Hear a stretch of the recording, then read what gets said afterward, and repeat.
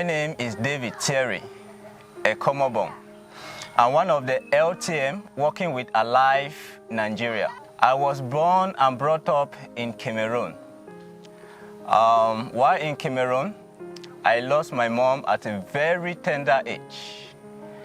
So as a small child, hoping to receive moral lessons from parents, it was not that easy, as my father was not a good example. He was a pagan, he was a humanizer, and he was a drunkard.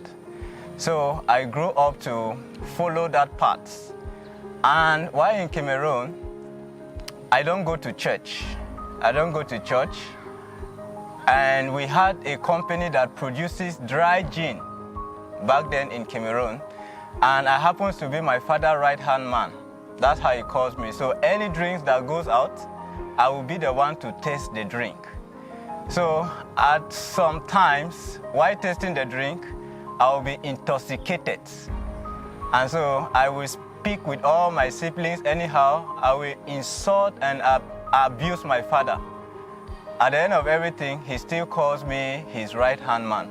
So I was just thinking, amidst all those things, I was hearing a calm, still voice that I'm not doing the right thing, I'm not in the right path, that there is a path that God wants me to tread. So I was just managing. And I also have peer group influence in my school. My peer group influenced me negatively. The kind of immoral lifestyle is the one that they practice, they influence me to follow them and practice it. So when I finished my primary school, I look at my surrounding, I look at my family that they will not help my soul in walking with Christ. So when I learned that our firstborn is in Nigeria, I was so excited that I would change an atmosphere, I would change my environment, hoping that coming to Nigeria, I will see an environment for me to serve God very better. So I now traveled to Nigeria. Coming to Nigeria, meeting our firstborn, it was like me coming from frying pan to fire, because our firstborn was a duplicate of my father's character. This time, he doesn't go to church. He was also a humanizer. He was also a drunkard. Additionally, he had a gambling shop. So staying with him, I was also influenced negatively. I didn't have any positive thing in my life. So I was just praying that God, please, just help me and give me an atmosphere by which I can serve God and reach out to the dying world. So as I was there, I schooled from JS1 to JS3. I entered SS1. In the process, one of my auntie came to the village. When she saw me, she said, there is something so different in me, that there is something so unique in me that she would like to carry me to Lagos. That she knows my mom very well, that my mom is responsible for what she is at that time, that she wants to do that by training me to any level of education that I wish. So I was so excited, and I was careful not to fall in the wrong hand, because the people I've lived with them so far, they have influenced me negatively. So I now asked her, what did she do for living? And she told me that she is a pastor. And I asked of the husband profession. She said the husband is also a pastor. Pastor in whose church? In which church that it is an open atmosphere for me to serve God better. So traveling to Lagos, it was like if there is any other qualification from frying pan to fire to whatsoever, it would have been better. So my life was worse. Going to Lagos, I noticed that this woman is so diabolic. As a pastor she goes to meet other fake prophets, and they will be giving her assignment upon assignment.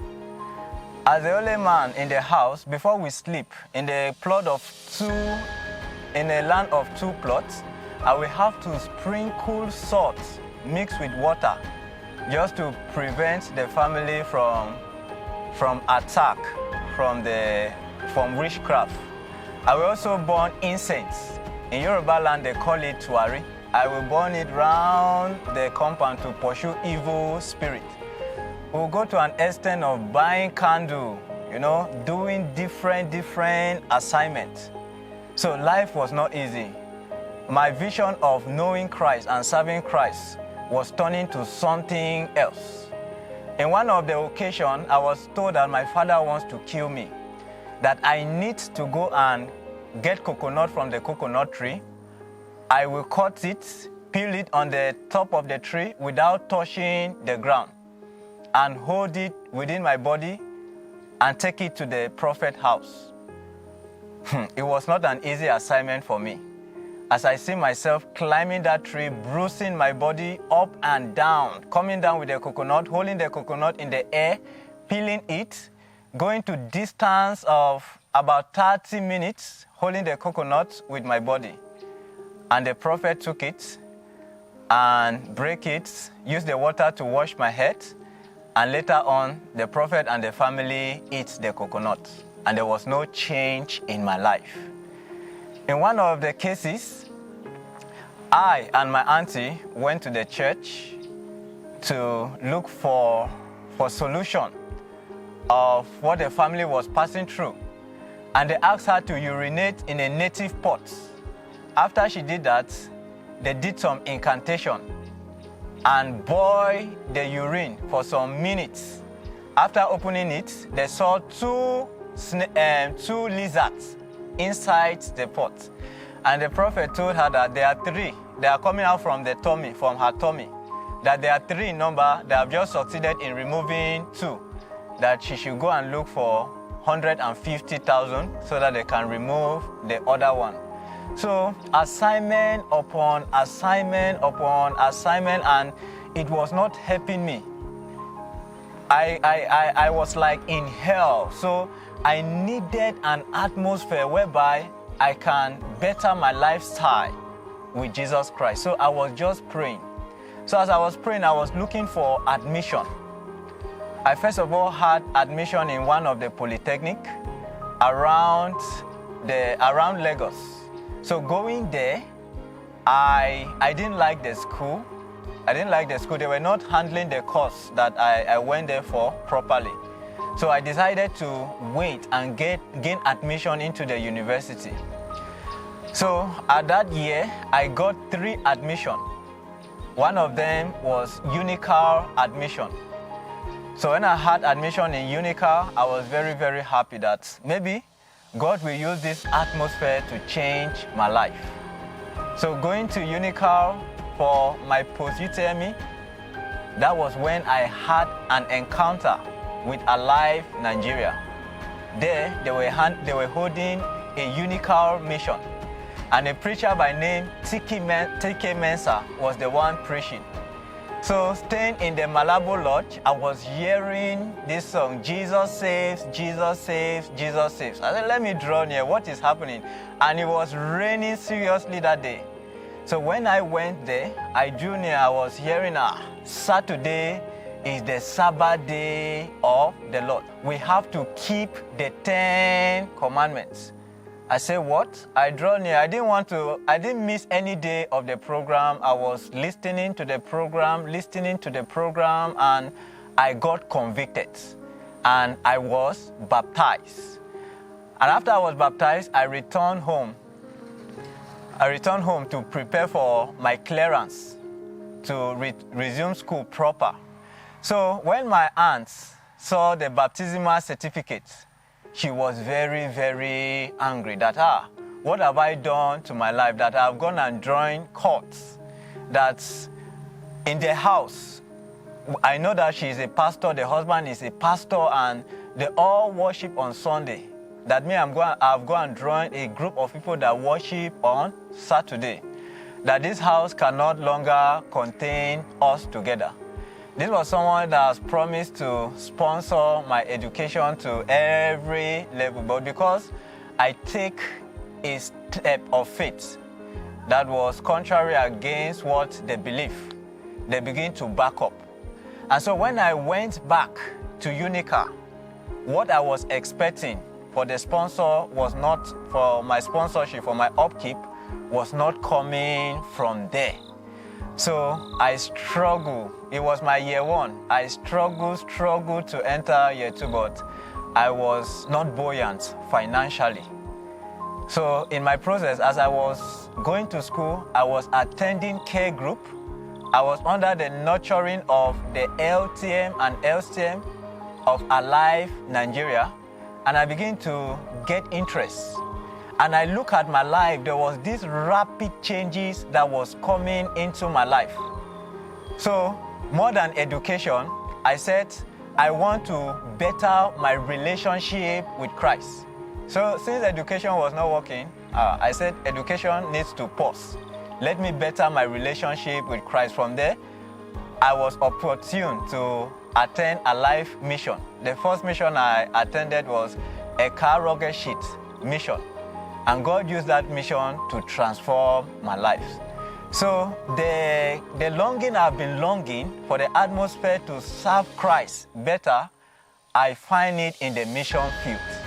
And from that mission field, I became an STM. STM means short-term missionary working with Alive Nigeria. In no distant time, I found myself as an LTM, long-term missionary working in Alive Nigeria. And during this period, God have used me to do exploit. At first, I could not read the Bible and understand. If I read the Bible, I will just slip off. But now, I can read the Bible and understand it. I can teach the Bible. Now, I believe that those people that are passing through, those drunkards, God can also transform their lives. Because I was in that zone and God revived me. So God has really transformed my life. What used to make me to be zealous in the field is that there are many other people like me that are struggling to know the truth, that are struggling to know the will of God, that are struggling to have an atmosphere to serve God betterly. And so that's why I'm in the field, so that when I come in contact with such one, I know that God, I was once in their shoes, and God used me, and I will encourage them and drawing them into the fold. So I encourage every youth, every child, every children to get involved in the mission work. That is only the only atmosphere that God can use to transform an individual. So I don't want to count the blessings that God has been blessing me while walking with Him. He has been blessing me. Since I take a step of walking in His vineyard, He has never failed me. He has never disappointed me. When I look at my spiritual growth from where I started to now, it's something so encouraging. So I thank God for this. I'm happy with God. I'm happy with Alive Nigeria for giving me this atmosphere to increase my spiritual growth. May God bless Alive Nigeria. David has had an amazing experience in his Christian journey, and this was made possible because Alive Nigeria missionaries were able to reach out to him at his very doorstep. With your support, Alive Nigeria can send missionaries to unentered areas in Nigeria to reach people just like David at their doorsteps. Support Alive Nigeria missions today to hasten the coming of our Lord Jesus Christ.